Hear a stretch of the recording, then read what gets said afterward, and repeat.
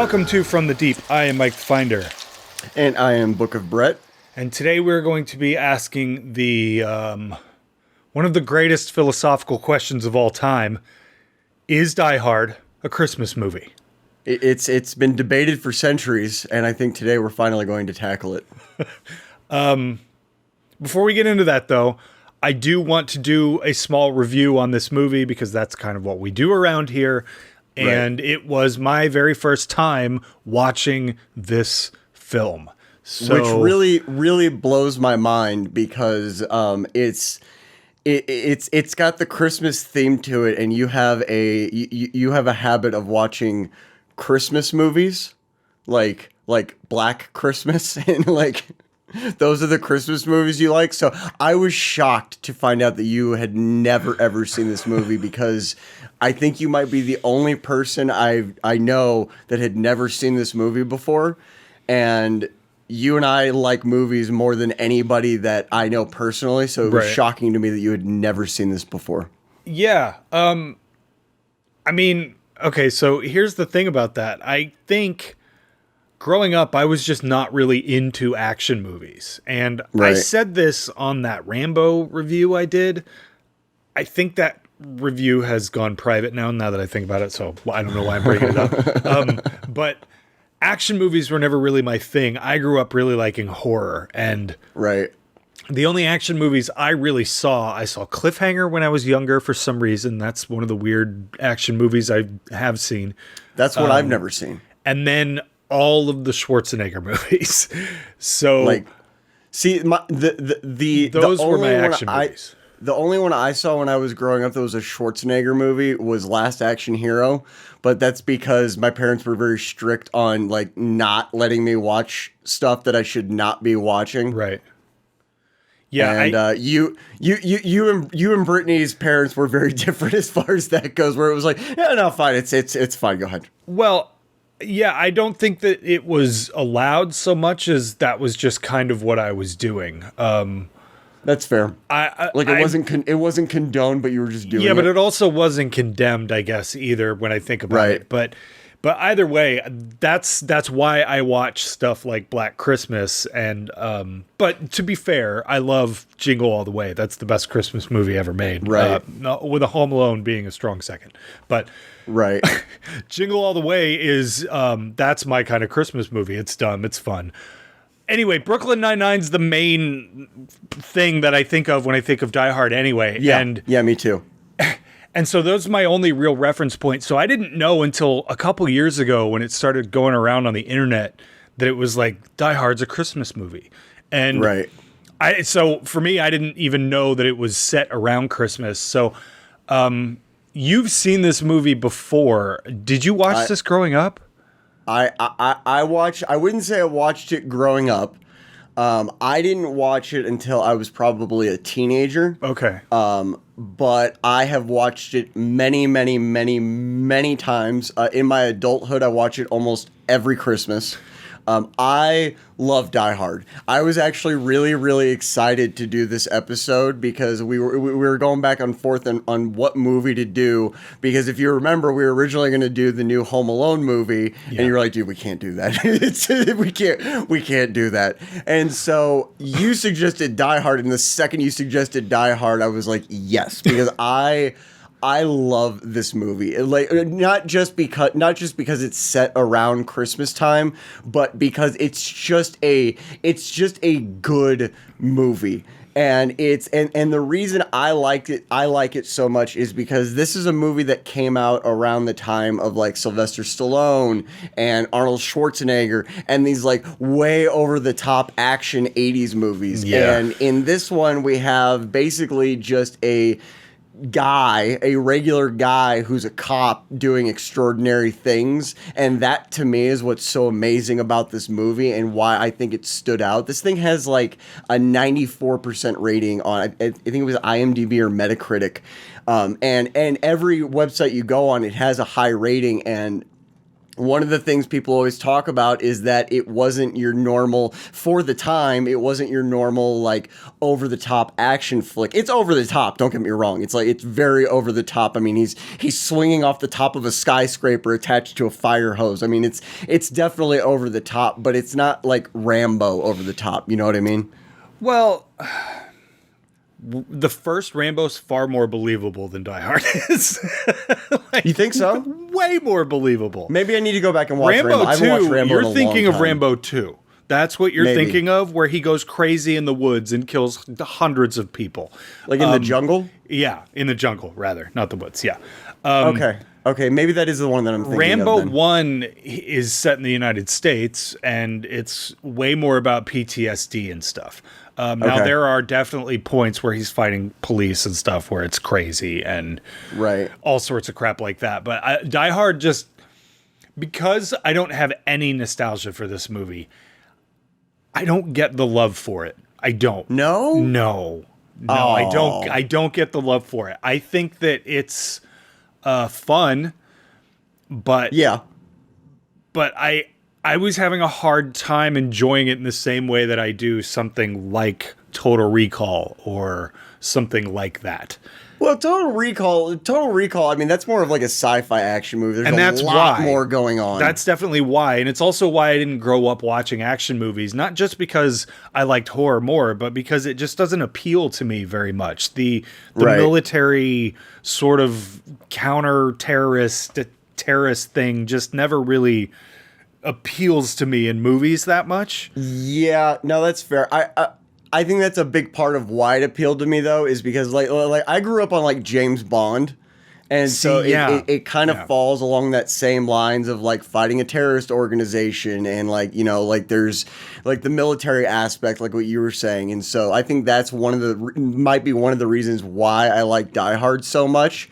But it's also one of those movies that I feel like it has so many iconic lines that come out of it, and there's so many iconic things that happen in Die Hard. But again, if you don't have any nostalgia for it, I guess it wouldn't seem as iconic, and it's more just something that's happening in the movie. Yes, like that's I exactly found how myself it felt. That's a great way to put it. That's exactly how it felt. Yeah.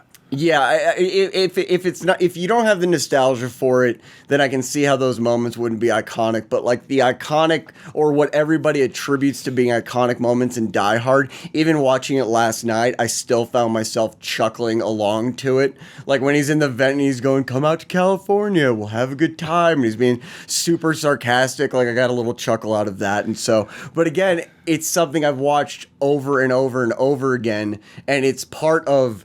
To me, it's part of my Christmas season. But How long has that again, been going on, though? What, me watching Die Hard around Christmas? Yeah. For at least several years at this point. Okay. Well, I mean, I owned it on VHS. I owned it on VHS.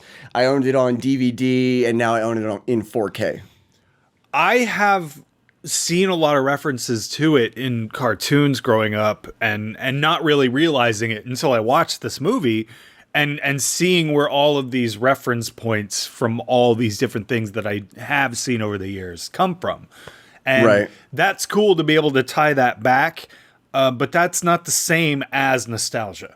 So No, it's not. It's the exact opposite, actually. Yeah, and I kind of have waited so long to see this movie because I don't want to say that I went into it knowing I wasn't going to like it that much, but I went into it with the idea that this probably isn't my kind of movie, which is why I haven't watched it yet, or as of yet. So as an adult, what makes it not your kind of movie? It's this is a very personal preference thing for me. So, well, this whole thing's subjective. I don't really care for long gunfights and constant action. I like horror because it's like tension based, and there are moments of tension in this movie, like where he's being pulled out of the window by the fire hose. There are definite moments of tension that really did get me. But that's why I like horror, because it's more filled with tension and anxiety and stuff like that, and not just constant gunfights. And Well, I would say it's a different type of tension because like almost every scene is full of some kind of tension, whether it's what the terrorists are doing or whether it's how he's reacting, or like I really liked Bruce Willis's performance in it because of him being able to convey what he's going through as far as like the tension, as far as the stress and everything. Like when he's really thinking about what to do, when he's really getting frustrated. I think Bruce Willis did. I'm like watching this as an adult because I've never watched Die Hard and really analyzed it the way I had to do it for this episode. Right. And I really think like it, there's nothing. Bruce Willis's performance didn't feel cheesy to me. It didn't feel cheesy. It felt like he did a really good job of conveying what the character is going through, and maybe not necessarily making you feel what he's going through, but at least recognizing that that's what he's going through and being able to see on his face what's really going on in his head. And that's what I think like a really good actor will do, is not just necessarily what's coming out of their mouth, but what's showing up on their face to match what's going on inside the character's head. And I think he did a really good job with that. Well, it's funny you say that because I was thinking, wow, this is one of his worst performances. Oh, really? Yeah. He was so monotone and so emotionless the whole time. It bothered me a lot. Like the moment where he's pulling a piece of glass out of his foot, let alone the loophole that he kills 5 people before then, that he could just take their shoes. The only reason that exists in this film, or in the script rather, is to string it along so that he's got more and more foot problems as the time goes, and then he has to kick through a glass. He did try to take one terrorist pair of shoes, and they were too tiny. Okay, but there are five people. He kills at least 5 people before, that it starts to become a problem. And I don't know, that bothered me. It's not a big deal. It just bothered me a lot. Right. But I just felt like he was just kind of, I don't know, very emotionless, and I didn't get any. It just felt really flat. His performance felt really flat for me. Interesting. And again, I think that's just because I'm watching it for the first time, analyzing it rather than just sitting down to watch it. Does that make sense? Because it does. Because I think because I watched this with a more critical eye of the whole thing, I think maybe I probably enjoyed it less than I would have if I had just sat down, if somebody was like, let's watch Die Hard, and I was just watching it for fun. What about Alan Rickman's performance? He does a good job. I feel like he could have been maybe a little bit colder. Really? Yeah, just but to me, he did a great job, but I actually really like Alan Rickman. Right. But I also like Bruce Willis in other things. Bruce Willis is awesome in Fifth Element. He's awesome in Fifth Element. He's awesome in 12 Monkeys. In Unbreakable too. Unbreakable is good. There's all sorts of stuff that I'm a big fan of him in. I just kind of felt this movie, he just didn't. There's not enough there for him to be able to. Here's the other thing. Did nobody show any of the people in this stupid movie how to hold a gun correctly? Because every terrorist and Bruce Willis look like they've never held a gun before, and it drove me insane the way he's. What do you mean? Sweeping motion with the gun and checking corners in a way that no one would ever check, and they just, I don't know. It's the 80s. I guess. It's the 80s. You also have to watch it in the context of this is in the 80s, back when, there wasn't as much like now we watch military movies or some kind of action movie with law enforcement or whatever, and we expect it to be realistic because we see so much online. And we can recognize when something looks realistic. This is back in the 80s when nobody really knew. But it's not about realistic. The guy that he writes, Now I Have a Machine Gun On, that guy looked so uncomfortable holding a gun. And it just wasn't. There's all sorts of moments like that for me where it just doesn't. I think this movie is more whimsical maybe than I went into it thinking that it would be. And yeah. And so I had different expectations for what it it would be versus what it actually was. And so Right. I walked away from it feeling like that was way more lighthearted than I thought it was going to be, and because of that, it didn't work for me, I guess. Yeah, it is definitely. I think it's definitely meant to be more of a fun ride than Right. anything. Yeah.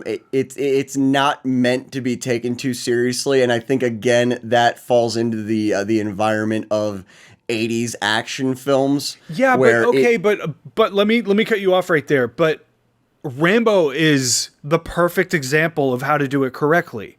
Rambo, Right. I don't. You said you hadn't watched it in a while, so maybe you should go back and watch the first Rambo. I'm going to. Yeah, I'm going to. The first Rambo, the first half of that movie is a lot like that, and then Stallone gives this monologue about PTSD and not being able to find a job, and because I won't go into all of it, but Rambo flips hard and has this really emotionally fueled end, and Die Hard just sort of is kind of a shallow puddle the whole way through. Does that make sense? It's Well, a very shallow puddle all the way through. Rambo's also tackling a very real. I mean, I think it's intentionally tackling a very real issue in the context of an action movie. And so I think that, and again, that has to do with a lot of the writing.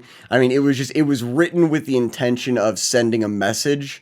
Well, yeah, Rambo's also based on a book, so there was much more significance put into that ending. is more written with the intention of a fun ride. Right. And that's why, that's what I think I like so much about Die Hard is that it's a fun ride, but again, the things that I like about it, you don't like about it. But again, that's what's so great about film is the same thing is going to mean something different to different people. It also has a lot to do with when you watch it, what context are you watching it in. And so I think that's what makes Die Hard a good movie is that you can take different things from it. It's not just an umbrella statement of it is a crappy movie or it is a good movie. It's a good movie because I liked this about it, or it's not a good movie because I didn't like this about it. Well, I also just want to say that I did have fun with it, but right. I don't think it's something that I'm going to be watching every Christmas, and I think that's because the reason I don't like action movies is because of what you're describing, that it's a fun ride. And although it can be fun, I would rather spend the time, if I'm going to sit down to watch a movie, than to get something out of it rather than go on. It's the reason I don't like the Avengers movies or any of that Marvel stuff. I was just about to say that. It's the exact same thing for me. And although this movie is fun, I didn't get anything out of it, and that's one of my favorite. I think you're supposed to. That's one of my favorite things about film is getting something out of it and having something to sink my teeth into of why is it this way, and Die Hard doesn't give me any of that. I feel like like I said, it's just sort of a shallow action theme park ride, and although I love theme parks. That's not why I watch film. So Die Hard didn't really work for me in that way. So I don't know. Well, I think if you want to go deeper into it, I think and again, it's not that there's anything to really take out of it, but if you look at it from a writing perspective, and again, that's not saying whether or not you're going to get anything out of it, but just from a writing perspective, like the back and forth between him and Alan Rickman, the way the characters interact, the way the characters develop through the movie, again, not in any existential kind of way, but just the way things progress throughout the movie, I think is very it's very fluid, and I think at no point does it feel like it's like dropping off in pace. Like the pacing like continues to go and go and go, whereas And again, I think that that's another way. It's another way of looking at the movie. It's not saying that that makes it good or bad, but I feel like if you look at it from that perspective, it becomes a better movie, or it at least becomes more fun. But again, I think it's like a lot. It's like a lot of Christmas movies where you're not really watching. I don't watch Home Alone to get anything out of it, but I still have fun watching it. But I don't watch. But that's the thing, is Home Alone has nostalgia for me. Right. So a lot of those more family-friendly Christmas movies have that nostalgia factor, and Die Hard doesn't. So it... Right. Well, and that's the thing I'm noticing you're saying. What you're constantly saying is it didn't work for you, but at no point have you said it was a bad movie. It's not. You know what? There are so many long tracking shots in this, and there's some really good rack focus moments in it. Yeah. And there's really good framing. The cinematography's awesome. The lighting is great. And I think, I don't know who's the director. I can't remember. I can't remember either. That's what a bummer. He directed the crap out of this, though. Yeah. And because it's such a well-shot movie, I was able to get into it in that way. It is by no means a bad movie. I just don't think it's for me. For my tastes and me as somebody who watches a lot of stupid, crappy horror movies, which I understand. What are you getting out of stupid, crappy old horror movies? They give me a sense of nostalgia, even if it's something that I didn't grow up watching. And Die Hard just felt, it falls in that weird... What year did this come out? 1988. Okay, that's exactly what I thought. I was about to say it falls in this weird 85 to 90 period that I'm not crazy about as far as movies go. So that's fair. See, and I really like that time period, like late 80s, early 90s. Like, I like early 90s stuff, but it's late 80s stuff that just...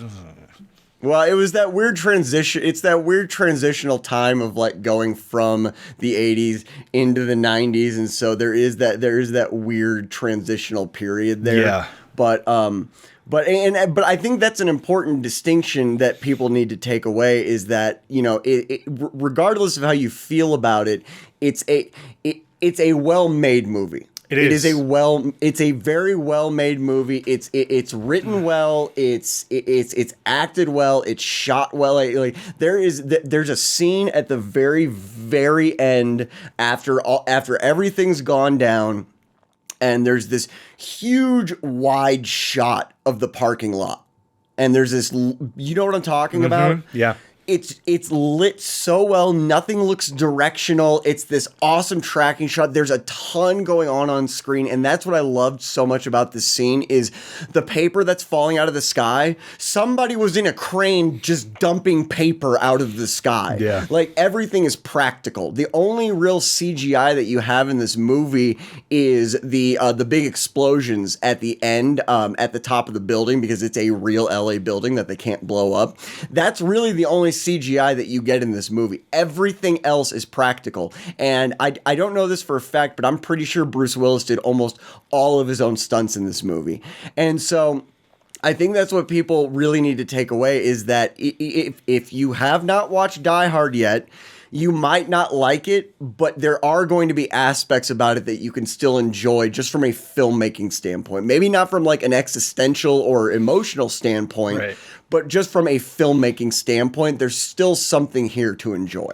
Yeah, and like I said earlier, the director directed the crap out of this, and he did. It's a very well put together film, but none of that means anything, because what we're actually here to talk about is this movie a Christmas movie? And because you have seen this and you watched it around Christmas, I would like to hear what you have to say first. It is absolutely 100% a Christmas movie. It is absolutely a Christmas movie. This is Home Alone with bullets. That's all it is. This is Home Alone with bullets and terrorists instead of burglars and hot irons. This is a movie, and this is something that I went on Facebook and I made phone calls to people because and it all started because Brittany said it's not a Christmas movie, and I was like, okay, I want to find out. And it wasn't like I've got to prove her wrong or anything like that. It was okay, I really want to find out what most people think of Die Hard as a Christmas movie, because this is something that's been debated for a very long time. This is not a new debate by any means. And of the people I polled on Facebook and over the phone, 80% of the people I polled say it is a Christmas movie. How many? Out of how many? Out of, it was 80. I mean, it wasn't like a ton of people. It was probably like curious. maybe like, it was maybe like 15 people. Okay. And so, because it was on my personal Facebook page. And so, but most people were just like, yes, it's a Christmas movie, or no, it's not a Christmas movie. But one guy actually asked, like, what makes a Christmas movie a Christmas movie? Yeah, I think it's a good question. Like, what really makes a Christmas movie a Christmas movie? And it's a very subjective question, as is pretty much any question when it comes to film. It's going to be subjective. In my opinion, if it's set around Christmas, there's Christmas themes in the movie, there's Christmas references, and there's Christmas music, it's a Christmas movie. That's what I would consider a Christmas movie. Because there are different degrees of what make a Christmas movie, or what degree of those aspects of Christmas in a Christmas movie, make it a legit Christmas movie. And so to me, if you have, again, those few things, if you have a Christmas theme, you have Christmas music, you have an environment around Christmas, it's a Christmas movie. And I mean, they're crashing a Christmas party. There's Christmas music from the very beginning. There's sleigh bells, even though they're a little distorted. There are sleigh bells playing at the very beginning of the movie. And so I personally, and there are tons of Christmas references in this. I have a submachine gun, ho, ho, ho. And they're saying Merry Christmas a lot. And there are references to him coming out for Christmas. He's traveling on Christmas. How much more Christmas can you get than traveling on Christmas? And so to me, it's absolutely a Christmas movie. It's not a traditional Christmas movie. It's not one you're going to gather the family to watch on Christmas. But I would consider it a Christmas movie, which is why I watch it almost every single Christmas. Okay. I mean, all that makes sense, and I totally see where you're coming from. But I would argue this is a movie that happens to take place on Christmas and not a Christmas movie. That's kind of how I feel about it. The beginning, yes, the first third. I'll give you the first third of this movie. Sure, it's a Christmas movie. Absolutely. But the other 2/3 of it, no. I just can't. I can't agree, because the Christmas theme fades into the back. Absolutely. It's more about other stuff. So yeah, I think it's a absolutely. movie that happens to take place on Christmas. But I will say that is a really interesting question. What does make a Christmas movie a Christmas movie? I think it's a lot of what you're saying, but I also think it's Christmas is a much more upfront part of the plot rather than integral. Yes, rather it's a much more important part of the plot than being sort of in the background. And setting Die Hard during Christmas is kind of just the only reason I can see that it's like that is to get him from New York to LA. You can make Die Hard work in a million different other ways. I thought you were saying you couldn't. Okay. No, you can't make Jingle All the Way work for his birthday, because then there's not a buying frenzy for Turbo Man. And it's stuff like that. I think Christmas has to play a much more important role in it, and Die Hard could be set in January if you wanted it to be. And it wouldn't change it, and it wouldn't change it that much. No, you couldn't, because the entire family gets on a plane for Christmas to go to France because this is a thing that they do every year. That house is empty because it's Christmas. Do you see what I'm saying? Right. You can't place those two robbers finding an entire block empty anywhere other than Christmas. Right. And it's stuff like that. Do you see what I'm saying? That's why absolutely. That's why I don't think it's a Christmas movie. It's a movie that takes place on Christmas. Okay. But that's what I'm saying. That to me is what makes it a Christmas movie. I'm not saying you're wrong. I totally see what you're saying. No, yeah. To me, just for me and me having the Christmas attachment to it, it being placed in Christmas is enough for me to go, yeah, it's a Christmas movie. I'm also a giant child when it comes to Christmas. And so if it's set in Christmas, I'm going to go, yes, it's a Christmas movie. I now have an excuse to watch it around Christmas time. So there is that aspect to it too. Maybe it's me just really wanting it to be a Christmas movie. Maybe it's just I like the Christmas references, and that to me is enough to consider it a Christmas movie. However, you're right. There could be a million other reasons why this whole thing took place. And I think that's because it's much more centered around the terrorist aspect and what the terrorists are doing and his reaction to it. And so, yes, you're absolutely right. They could have put this in any setting. That's why everything after Die Hard 2 isn't a Christmas movie, because they can make a Die Hard movie without it being set in Christmas. Even Die Hard 2, I would say Die Hard 2 is even less of a Christmas movie than Die Hard 1 is. And Die Hard 2, I really liked too. If you get a chance, watch Die Hard 2 just from don't analyze it, because Jeremy Irons is awesome as the villain in that movie. But again, it's one of those things where it's like, yeah, this could happen without the Christmas setting. It could be argued that they used the Christmas setting just to release a movie around Christmas time. Well, that question popped up in my head. When did this get released? Was it around Christmas when they first put it out? That's a good question. That's a really good question. It came out July 15th, 1988. See? Christmas in July. No. Christmas in July. No. Just no. If this was a Christmas movie, they would have put it out in September, October, November, December. Any one of those would have worked. Not July. No.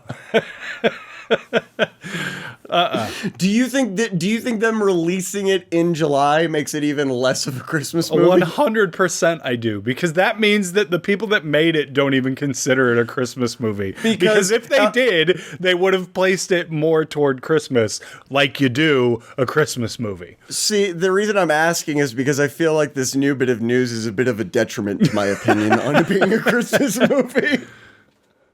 Let me see if I can get my phone to focus on, or the camera to focus on it. July 15th, 1988. Yeah. No, that's fair. I'm still going to consider it a Christmas movie.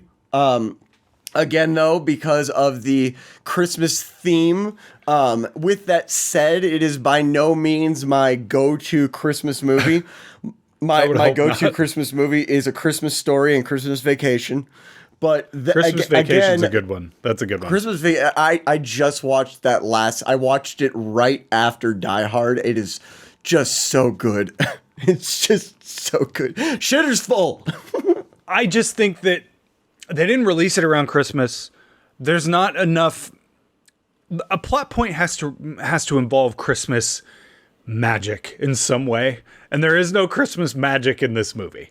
And because of that, for me, it will never be a Christmas movie. But at the same time, I kind of feel like if you want to watch, I don't know, Little Women every Christmas, then that's your Christmas movie. You know what I mean? So if you want to watch The Grinch on the 4th of July, that's your 4th of July movie. Who cares? Like, that's my overall feeling about all of this, to be really, really honest, is I really don't care if it's a Christmas movie or not. If you watch it during Christmas and you feel like this is part of the tradition that I have every year of Christmas, you do you, because who cares? See, that I am going to disagree with, because I feel like if there's nothing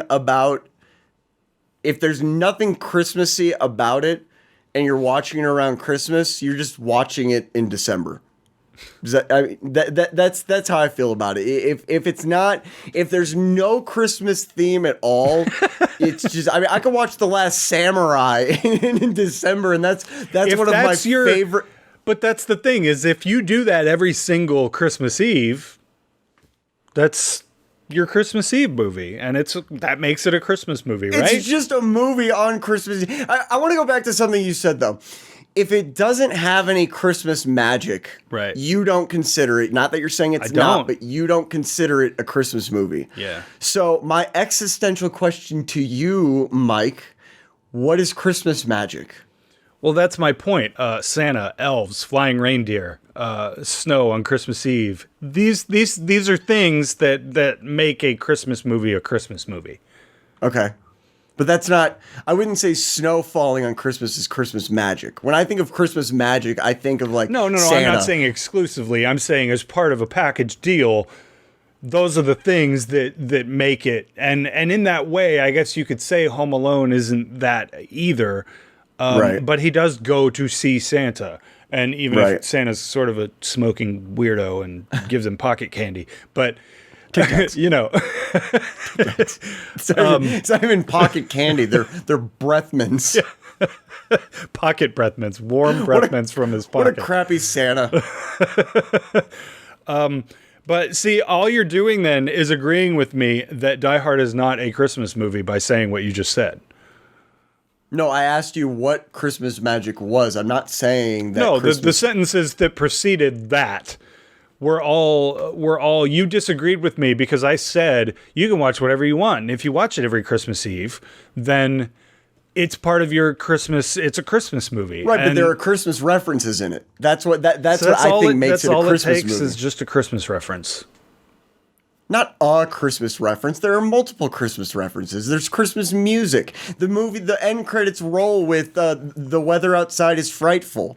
There are. I mean, they say "Merry Christmas" multiple times. There is a giant Christmas tree in the office, and yeah, no, it's a movie that takes place around Christmas. Get out of here with this. Get out of here with this. No, it does. It takes place around Christmas.